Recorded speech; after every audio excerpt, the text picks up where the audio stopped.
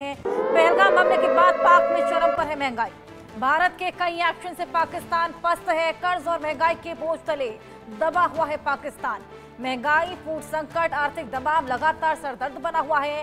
पाक में करोड़ों लोगों के सामने भुखमरी का संकट अब लगातार गहराता चला जा रहा है। जिस तरीके से जंग के हालात, जिसको लेकर पाकिस्तान लगातार तैयारियां कर रहा है, तनाव का माहौल बना है, खौफजदा पाकिस्तान है। इसी बीच यहां पर महंगाई का बम भी अब फूटने लगा है।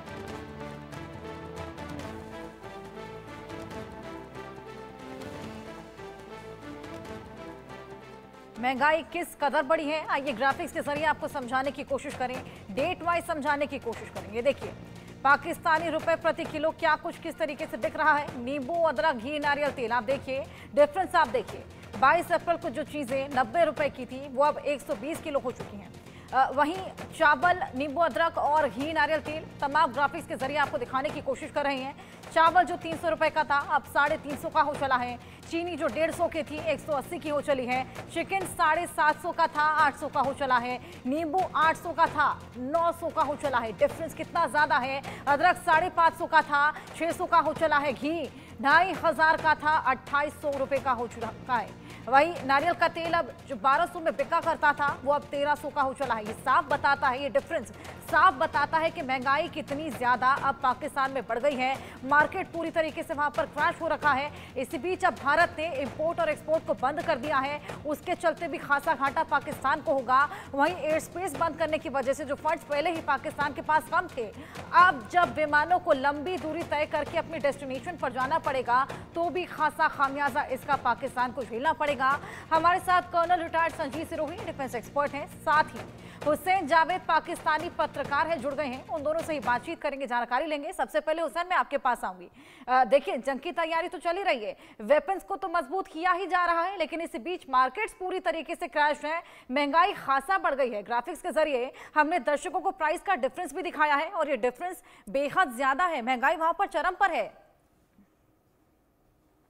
जी आशा, सबसे पहले आपका शुक्रिया कि आपने मुझे इनवाइट किया और सर को भी सलाम।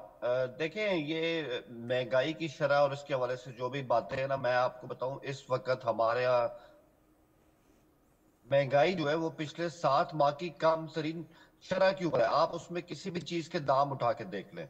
हमारा जो इन्फ्लेशन का रेट था, जो आज से 2 साल पहले मतलब आसमानों पर था, आज वो सिंगल डिजिट के अंदर जा चुका है। तो ये भी एक हकीकत है और हमारी जो इकोनॉमी काफी हद तक इस हवाले से रिकवर भी कर चुकी है। तो ये जो आपने फैक्ट्स दिखाए हैं, फिगर्स दिखाए हैं, मेरा नहीं ख्याल कि इस हद तक यहाँ पर प्राइस हाइक अभी भी है, क्योंकि जो हमारे यहाँ एक सिस्टम होता था जिसे हम कहते हैं प्राइस कंट्रोल मैकेनिज्म, इससे पहले वो इतना इफेक्टिव नहीं था, लेकिन अब उसको काफी इफेक्टिव भी किया गया। तो मैं समझता हूँ सूरत हाल जो है, कभी भी कोई मुल्क कभी भी ये दावा नहीं कर सकता कि महंगाई उसके यहाँ है ही नहीं या बिल्कुल जो है वो उसका खात्मा हो चुका है। ये कहना सही नहीं होगा, लेकिन मैं आपको फिर भी कहूंगा, जो मैंने आपको कहा है कि कम अज कम पिछले 7 माह को अगर उठा के देखें, महंगाई की सबसे कम जो शरह है, रेशो है, वो इस है पाकिस्तान के अंदर।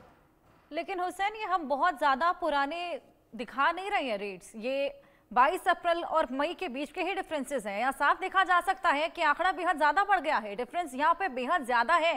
ये साफ दर्शाता है कि महंगाई वहां पर बढ़ गई है। और इसी बीच हमने देखा था जब रमजान वहां पर थी, तब भी चिकन लेने के लाले लोग पड़ गए थे। चीनी बेहद ज्यादा महंगी हो गई थी। यानी कि महंगाई बढ़ती ही चली आ रही है, कम होती हुई तो नजर नहीं आ रही है। देखिए, मैं आपके साथ एक बात यहाँ पे शेयर करता हूँ। जब हमारे यहाँ रमजान था, उसमें होता है कि अक्सर जो इस तरह के हमारे दुकानदार होते हैं या व्यापारी होते हैं, कहीं ना कहीं वो स्टॉक कर लेते हैं, कहीं कहीं इश्यूज आते हैं और एक आर्टिफिशियल किस्म की जो प्राइस हाइक होती है वो इस तरह सामने आती है। लेकिन ऑब्वियसली रमजान जो है वो अप्रैल के शुरू में खत्म हो गया। उसके बाद जो आपने कहा ना कि आपने 22 अप्रैल के फिगर दिखे हैं और मैंने आपके साथ शेयर किया कि पिछले 7 माह के आप उठा के देख लें, मेरे फिगर हैं ये 30 अप्रैल के हैं। तो सूरत हाल में काफी हद तक बेहतरी आई है, लेकिन मजीद काम करने की जरूरत है। यहाँ पे हुकूमत को बिल्कुल इस तरह से नहीं हो जाना चाहिए कि महंगाई में कुछ कमी हुई है, और भी कमी होनी चाहिए। या मैं आपसे इत्तेफाक करता हूँ। बिल्कुल, लगातार महंगाई बढ़ रही है। चलिए दोनों के पास वापस आऊंगे। एक और बड़ी खबर दर्शकों को दे दें, भारत से पंगा लेना पाकिस्तान को महंगा पड़ रहा है। पाकिस्तान में जबरदस्त महंगाई की मार है। महंगाई से आम जनता का बुरा हाल है। प्याज 150 किलो हो चुके हैं, आलू 120 रुपए प्रति किलो, चिकन 750, मटन 2000 रुपए प्रति किलो जा चुका है। महंगाई लगातार बढ़ती चली जा रही है। वेपनरी तो मजबूत की जा रही है, या खाने पीने के लाले जल्द ही पड़ सकते हैं, जिस हिसाब से वहां पर महंगाई लगातार बढ़ती चली जा रही है। चलिए ग्राफिक्स के जरिए समझाने की कोशिश करेंगे कि कितनी कीमतें यहां पर बढ़ी हैं। प्याज 150 रुपए प्रति किलो, आलू 120 रुपए प्रति किलो, टमाटर 105 रुपए प्रति किलो, आटा 120 रुपए प्रति किलो, चीनी 180 रुपए प्रति किलो, चावल 350 रुपए प्रति किलो, बेसन 445 रुपए प्रति किलो, वहीं घी 2800 रुपए प्रति किलो, पेट्रोल 250 रुपए प्रति किलो, सरसों का तेल 530 रुपए प्रति किलो, दूध 230 रुपए प्रति किलो, एक अंडा 40 रुपए का है, चिकन 750 रुपए प्रति किलो का है, मटन 2000 रुपए प्रति किलो का। इनमें से तमाम ऐसी चीजें हैं, अगर मटन को परे रखा जाए, पेट्रोल को परे रखा जाए, तमाम ऐसी चीजें हैं जो एक इंसान के लिए बेसिक नेसेसिटीज हैं, जो इतनी ज्यादा महंगी हैं कि वहां पर आम जनता इस महंगाई की मार को लगातार झेल रही है। कर्नल संजीत सिरोही जी, महंगाई की मार तो साफ देखी जा सकती है। जो आंकड़े हम दिखा रहे हैं, जो कीमतें हम दिखा रहे हैं, बेसिक नेसेसिटीज वहां पर अब अफोर्ड कर पाना आम जनता के लिए बेहद ज्यादा महंगा हो गया है।